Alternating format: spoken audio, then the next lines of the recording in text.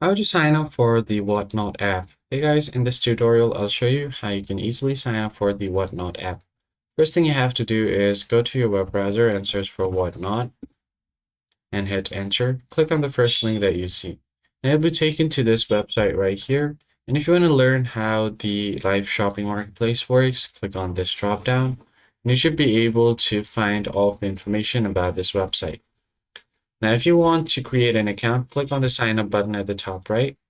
From here, you have different options to continue from, like Facebook, Google, or with your email. Now, you can just enter your full name here. And then once you enter your name, you can enter your email address. Then just create your password. Once you've created your password, you can just go ahead and click on sign up. You can select your country here, and then you can just click on sign up. And once you've done that, you should be able to log into your account just like so. That's pretty much it, guys. I hope this tutorial was helpful, and I'll see you guys on the next one.